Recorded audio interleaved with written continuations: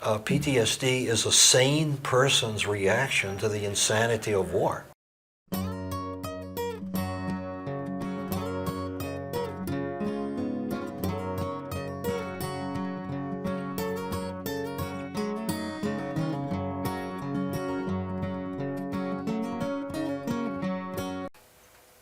Welcome to 48 South 7th Street.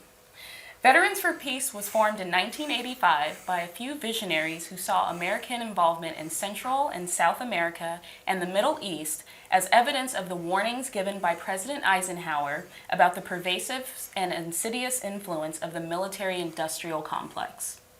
The local chapter, VFP 101, was founded in 2001. They meet every third Wednesday at the Peace and Justice Center on 48th South 7th Street in San Jose. Our chief mission is increasing awareness of the cost and consequences of war, who is bearing the burden, and who pushes the burden onto other people's children. They maintain a presence at events where they think that the presence of veterans who question war might be appreciated. They provide speakers for high schools and groups interested in learning the truth about military service. Recently, they hosted an event open to the public at the Peace Center, which featured 2 Iraq War veterans speaking of their military experience and their desire to practice outward peace. They say, if vengeance or power is the root of our action, more of the same will be recreated. Veterans for Peace seeks to end war as an instrument policy and invites all veterans to join in this effort. Our guest today is Doug Nelson. He's a Vietnam veteran, 1968. Son of a World War II veteran and a member of VSP, specializing in post-traumatic stress resources. Welcome. So, why is Veteran for Peace interested in this issue? We are interested in the subject of post-traumatic stress disorder because PTSD is the inevitable consequence of sending people into combat. Many times they don't intend to go into combat, and because of the nature of war, they're placed in combat situations anyway. We're an educational and cultural organization. What we try to do is to raise awareness. And what's your personal experience with post-traumatic stress? I have post-traumatic stress. I wasn't supposed to be in combat in Vietnam, and we needed a lot of antennas to do our work. And we drew fire from the Viet Cong up in the hills. I lost my commanding officer. My supervisor was wounded and medevaced. A friend of mine was killed on a convoy. 3 days out of 365 were absolutely horrifying. The rest of the time was total boredom. Many people who were in combat units had it much harder than I did. I think the severity of PTSD depends on the severity and the duration of combat. I meet people all the time who were in combat every day they were over there. For those who don't know, how would you describe post-traumatic stress disorder? I think it's profound gut-level outrage. Well, outrage, you say? Well, let me explain it this way. I had the poor judgment when my son was 2.5 years old to let him sit and watch a violent Western in which in the barroom brawl they were smashing chairs over each other. And he started crying. I said, Colin, what's the matter? He said, they're breaking up the furniture. Well, see, when you're only this tall, the furniture is your world. And no one broke up furniture at his house. He was outraged. But that's where the analogy ends, because in combat, it's not stuff that's being broken. What's broken is everything we've learned from our parents, from church, from school, about who we are as humans and what we can expect from other humans and what we can expect from the rest of our lives. We've all seen people dead. You know, go to the funeral home and there's Uncle Bill, don't he look good? You snicker and you get a smack when you get home for laughing at the funeral. It's not the way in which our buddies and other people in war, it's not the fact that they die, it's the way in which they die. This is not like the French painting at Versailles where the handsome young hero is falling back into the arms of his comrades and there's a little dime-sized spot of blood on his chest. People are blown to bits, limbs are scattered, heads are crushed. And it affects us the same way whether it's our buddy or innocent children out here. We're also affected by enemy soldiers. We still consider them human beings. And no amount of military training, marching around in circles singing, I want to go to Vietnam, I want to kill the Viet Cong. Nothing can prepare you for this. You're blindsided, you're hit upside the head. And their coping mechanisms, what we try to do is the tattered memories, like this tattered jungle shirt, roll them up as tightly as we can,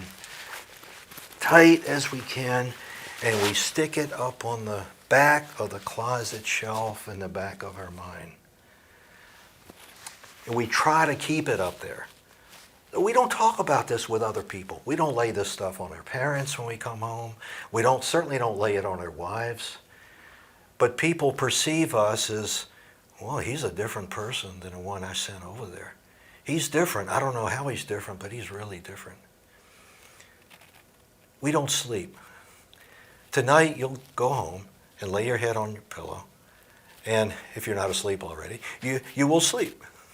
All of you, most likely you will sleep tonight. We don't sleep. Some of us are on medication to help us sleep. We startle easily. Let a box fall off a shelf in Orchard Supply and see who scatters. You can tell the veterans. Hypervigilance. Yes. In Iraq, you drive fast because it lessens the impact of an IED should one go off. Here, these guys are driving fast. Unless they catch themselves and think. They say, I saw somewhere that said a good soldier makes a bad civilian. You have to maintain a level of vigilance, looking for tripwires in Vietnam, looking for places where the ground doesn't look right. Driving by, you see a trash pile that just doesn't look like a trash pile. Is there a wire leading out of it? Is there a place where there's a freshly dug hole? And in order to survive, you're looking for these things. You're looking for movement to the side. Go in a restaurant. Who's sitting with his back to the wall so he can see everything? Probably a vet. Right. I was just going to ask you the signs. How would someone else kind of diagnose themselves with PTSD or know when to come in for counseling? One manifestation is irrational anger. The problem with us men, anyway, is displaced anger. The matter at hand is not really what we're angry about. It's something else. And in combat veterans, that something else is always there because we didn't roll the shirt up tight enough. It's always there. And we have to be very careful about directing anger at people who love us for things that really don't matter. Some of us have a lot of trouble maintaining relationships. I know guys who are in heavy combat who have never been able to maintain a relationship.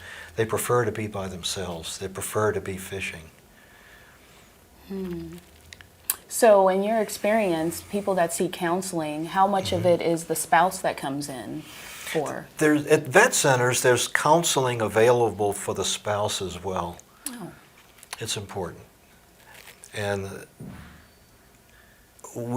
I've proposed that at the vet center we have a cookout that the men put on for these good women who have stood by us all these years. But then we have vets whose wives have left, perhaps for good reason, or perhaps for their own safety. So where would someone go for help? First place to go is a vet center. If they can't take you to the vet center, go to the mental health clinic at your nearest VA clinic or hospital. And so when you're doing outreach for Vets for Peace, and you're handing out these resources, where are the best ways that maybe someone could find you out in the field? They can, me personally, they can find me at the local vet center, the local, county Veterans Assistance Office. In California, we do this by county. Some states do it by state. You go to a state agency.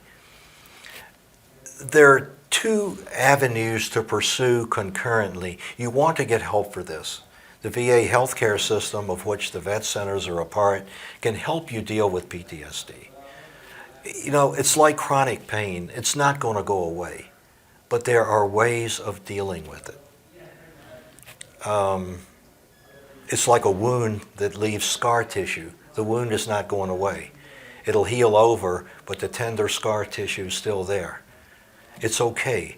Once you understand the nature of the alligator, then there are ways to keep your hands around his jaws so he won't bite you. Now, does PTSD affect men and women equally? I think it affects men and women equally. The cause of the PTSD might be different, but there are more women in combat now than we've ever had before. And unfortunately, with women, there are assaults, and caregivers are rather appalled at the number of cases they are seeing. I can't give you any figures on that, but I can tell you that I've seen several young women coming out of the Iraq and Afghanistan situation who have been assaulted. Afraid to go to the restroom at night, so they go in groups. And shame on these men. They're not treating these other soldiers as sisters. Speaking of just the differences of having women in combat in this particular war, what would you say the differences are in the respective wars on the soldiers when they return?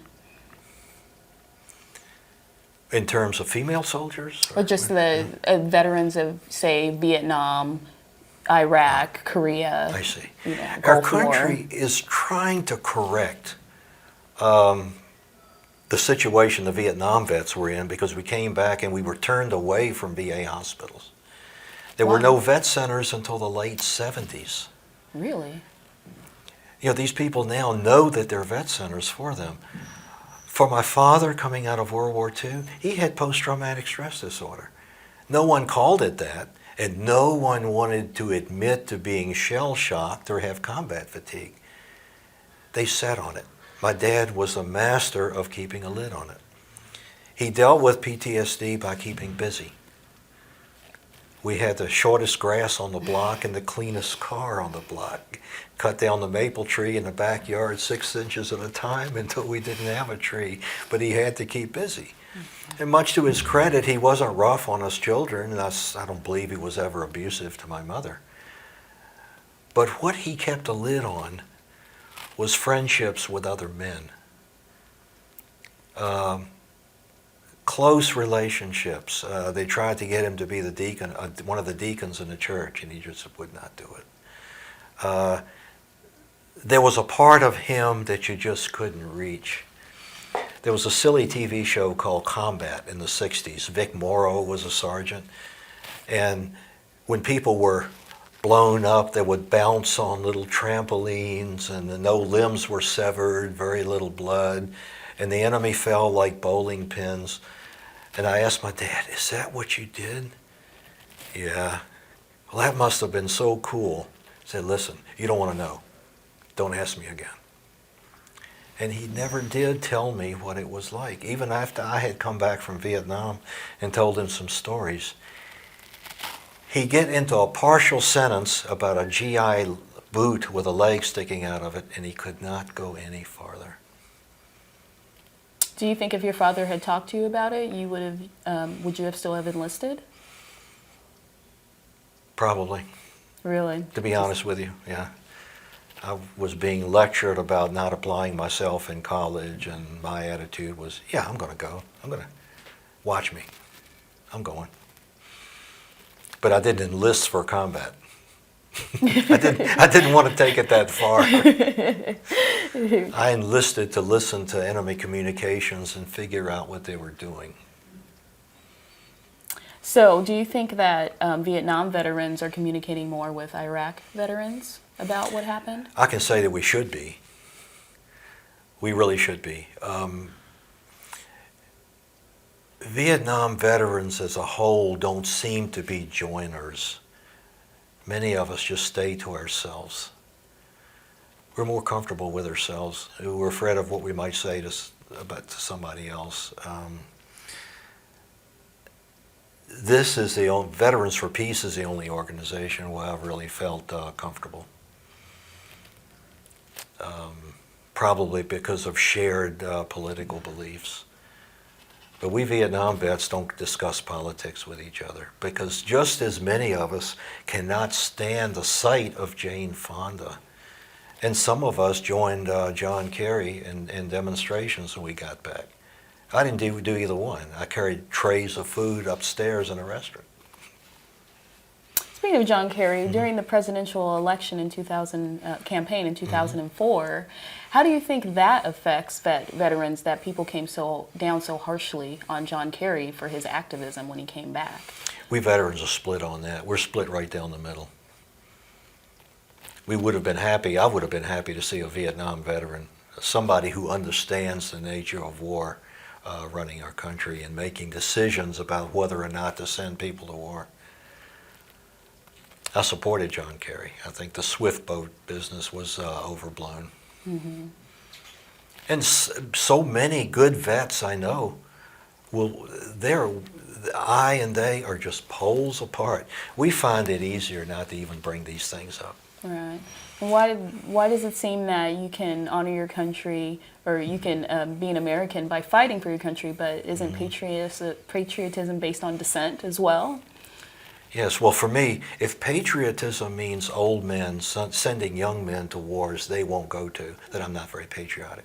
If patriotism means the Bill of Rights, the Constitution, balance of powers in government, free flow of information, then I'm in there waving a flag with the rest of you.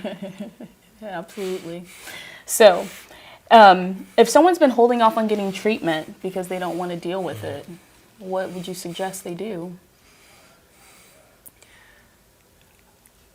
Give it a try. Come to an orientation at the Vet Center in San Jose. Because there are two things you're going to notice when you go in there.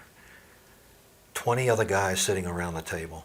And the young guys think they've walked into a Flomax commercial. Everybody's my age. What does that tell you? You're not alone in this. You're not alone at all. Other guys just like you are feeling this. They're going through this. And the other thing to realize is you're not crazy.